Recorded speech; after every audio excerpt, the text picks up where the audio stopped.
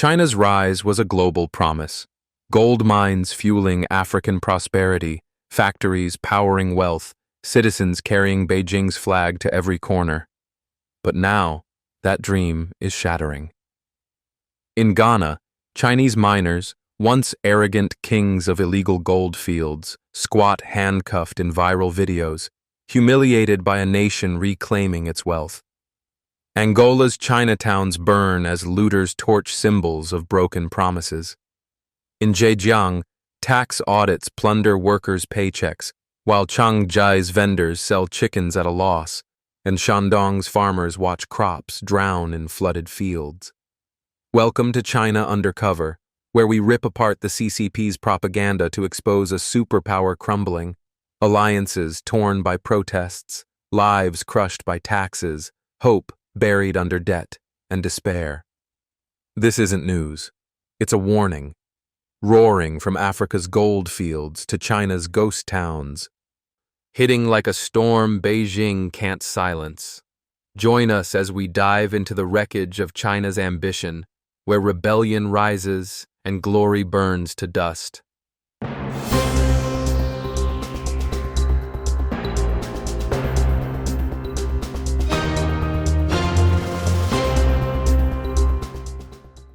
In Ghana's gold-rich forests, a 2025 viral video stunned the world.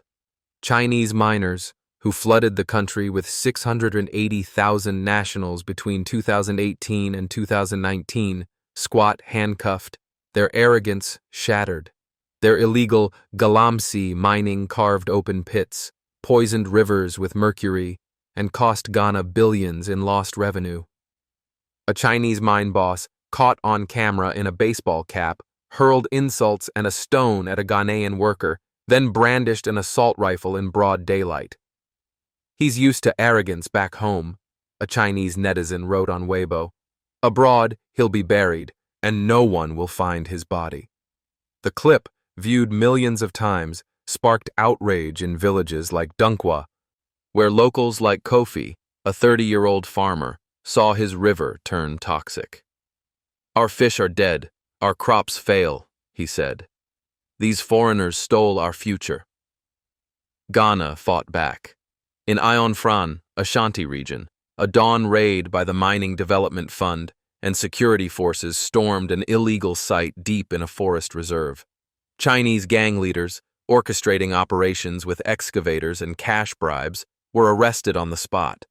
A video showed 4 suspects, 2 handcuffed together, squatting in disgrace, the uploader noting their Guangxi origin. "They're stealing our minerals!" a commenter raged. The Ghana Gold Commission Act, enacted April 2025, made the Ghana Gold Board the sole authority for gold trading. In Asinranga, a raid on a residence-turned-trading base seized 1.3 kilograms of gold, 1.3 million cedis, 20 handguns, and boxes of ammunition from 10 Chinese nationals. CEO Sammy Gampy addressed the media. "These people care nothing for our country. They smuggle gold, sabotage our laws, but no one is above the law. Not a gram of gold will be stolen." Since enforcement, 17 prosecutions recovered 12 kilos of gold and 24 million cedis. The Minerals and Mining Act, 2006, amended 2015-2019, imposes 20 to 25 years in prison for foreign miners, with no parole, sending a blunt message. Ghana's land is not for sale. The rebellion ripples across Africa. In Angola, July 2025 riots sparked by fuel subsidy cuts left 22 dead and 197 injured, Reuters. Luanda's Kalama II district became a battleground, with Chinese shops looted. A video captured a supermarket owner cornered by stick-wielding locals, goods hauled away in triumph. Maria, a 25-year-old Luanda mother, joined the looting, saying, "They built malls, but we're still hungry." In Mozambique, election unrest saw Chinese stores ransacked as armored vehicles patrolled. A looter, Amina, a single mother, told local radio, "I took food to feed my kids, not to steal." South Africa reported 8,000 kidnappings in H1 2023, with 10% targeting foreigners, particularly Chinese women running Johannesburg's clothing shops and salons.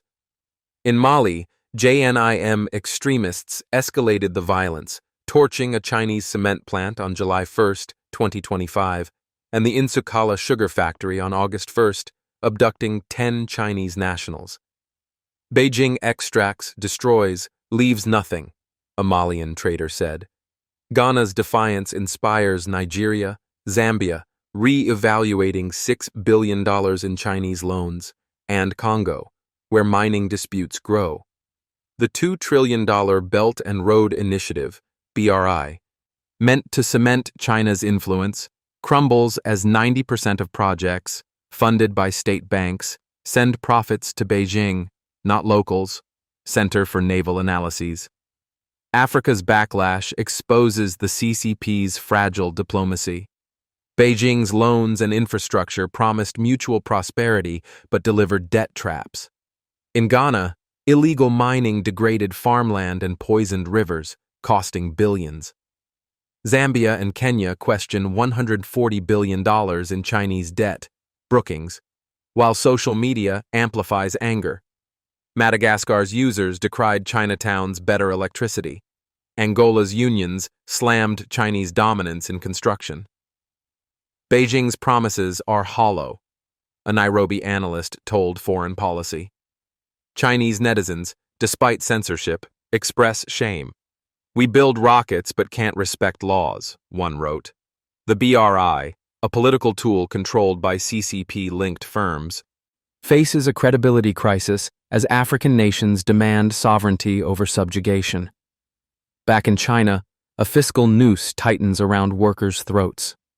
The Golden Tax Phase 4 system, fully launched in 2025, links wages, Social Security, Provident Funds, and digital payments, Alipay, WeChat, turning every yuan into a target. In Zhejiang, a taxpayer earning 580,000 yuan across jobs in Shenzhen and Chongqing was fined 36,000 yuan for unreconciled income and false deductions. Even lunch subsidies are taxed, a factory owner, Chen, groaned, unable to split salaries as before.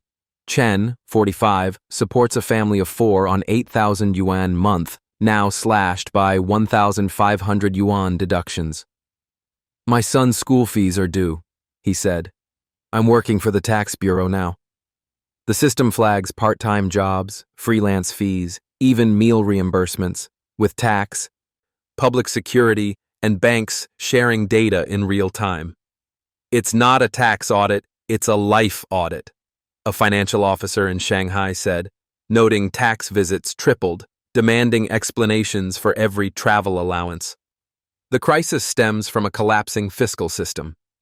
In 2024, public budget revenue grew a mere 1.2%, while spending surged 5.8%, leaving 27 of 31 provinces with less than 50% fiscal self-sufficiency.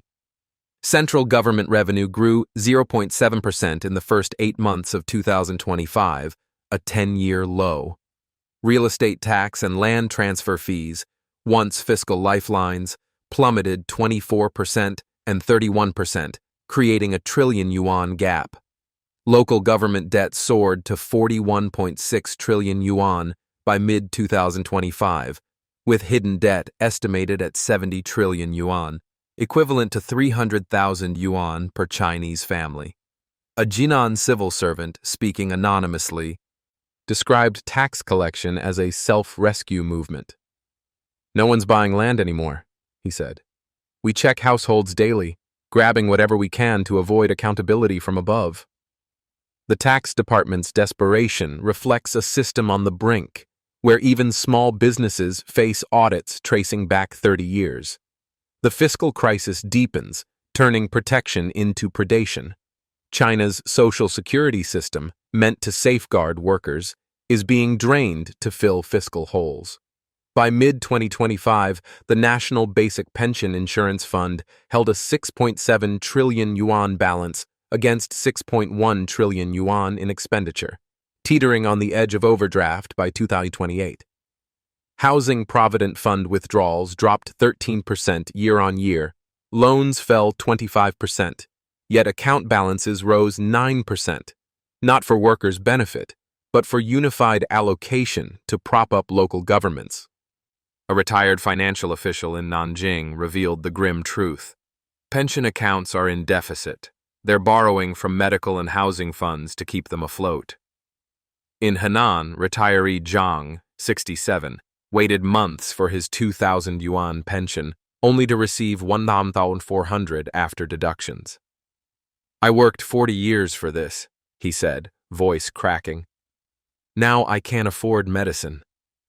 The digital RMB, piloted across 31 provinces with 60 million transactions by August 2025, tightens the noose. Marketed as financial innovation, it's a surveillance tool tracking income, consumption, and transfers in real time. Algorithms flag abnormal transactions, part-time earnings, red envelope payments, issuing automatic tax notices. Taxes used to rely on audits. Now they check your fate, a Beijing netizen quipped.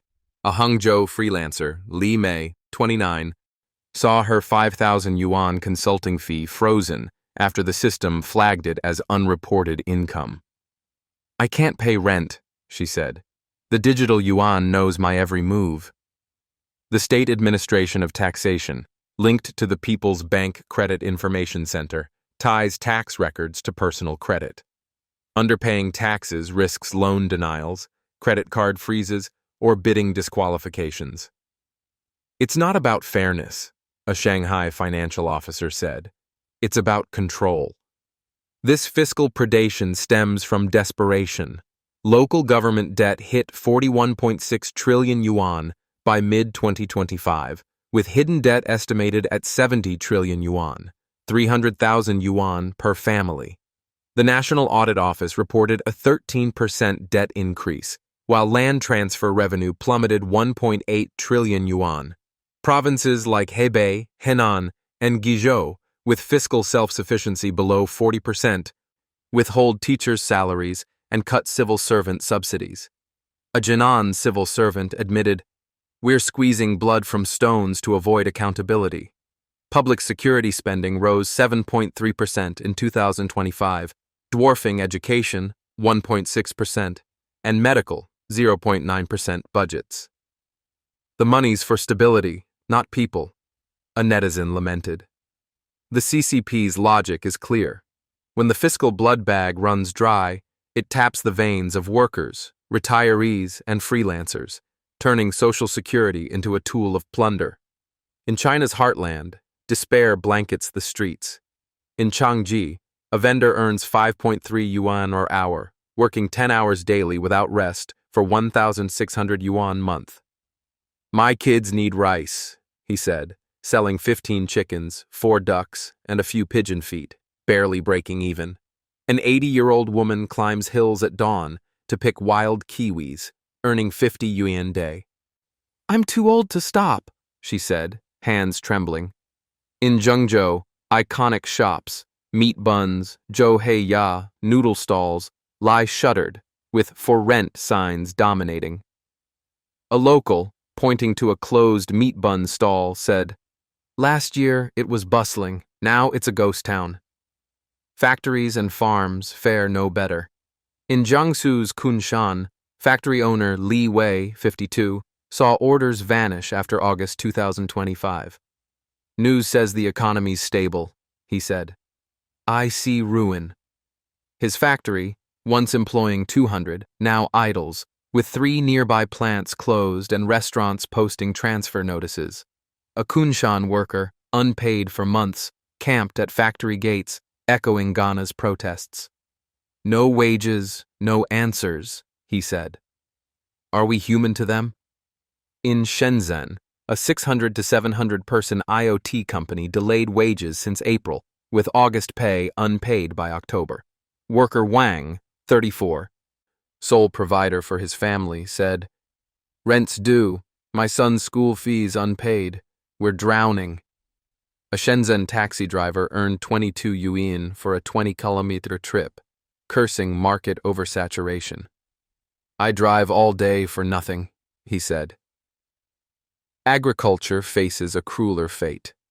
Floods in Anhui, Jiangsu, Shandong, and Henan, 2025, ruined corn, wheat, and rice after drought slashed wheat yields. A Shandong farmer, Zhao, waded waist-deep through flooded fields, lamenting, "Fertilizer cost 5,000 yuan, all washed away. How do I feed my wife and daughter? Corn sells at a few mao jin, below seed costs. Farmers hauled grain from muddy fields, unable to store or sell, with harvesters stuck in mud. I carried sacks all night," Zhao said. "It's still not enough." Social media buries their plight under tourism posts, with Douyin's hot searches ignoring autumn harvest difficulties. A Henan farmer posted, "We're starving, but nobody cares. Where's the help?" South China's streets reflect the collapse. Barbers offer 10 yuan haircuts on roadside stalls, restaurants sell cheap meals, yet customers vanish. "I clear inventory at half price, still no buyers," a Nanning vendor said. Debt, housing, car, education, crushes all. A netizen suggested closing 80 million civil servants' canteens to boost local economies, highlighting the gap between government stability and public despair. "Everyone's in debt," a commenter wrote. "Where's the money gone?" Wages stagnate at 3,000 yuan/month, with milk tea workers earning 7.6 yuan hour. "I work 10 hours for 2,000 yuan, a Changji worker said. "How do I live?" Ghana's handcuffed miners, Angola's burning shops, Zhejiang's plundered workers, Shandong's drowning farmers. China's dream is dust. The BRI's $2 trillion loans spark African rebellion, with Ghana reclaiming gold and Zambia rethinking $6 billion debts. At home, 41.6 trillion yuan in debt and a 2028 pension overdraft choke workers. Farmers lose crops to floods, selling corn at a few mao jin. It's predation, not progress, analyst Dr. Wei Jian says. The CCP's grip, censoring dissent, prioritizing stability over people, fuels global and domestic revolt. Transparent trade, fair taxes, and systems that value people over power could rebuild trust, but Beijing's control stifles reform. Is this China's collapse or a global warning? Drop your thoughts, smash that like button, and subscribe to China Undercover for unfiltered truth. Stay sharp.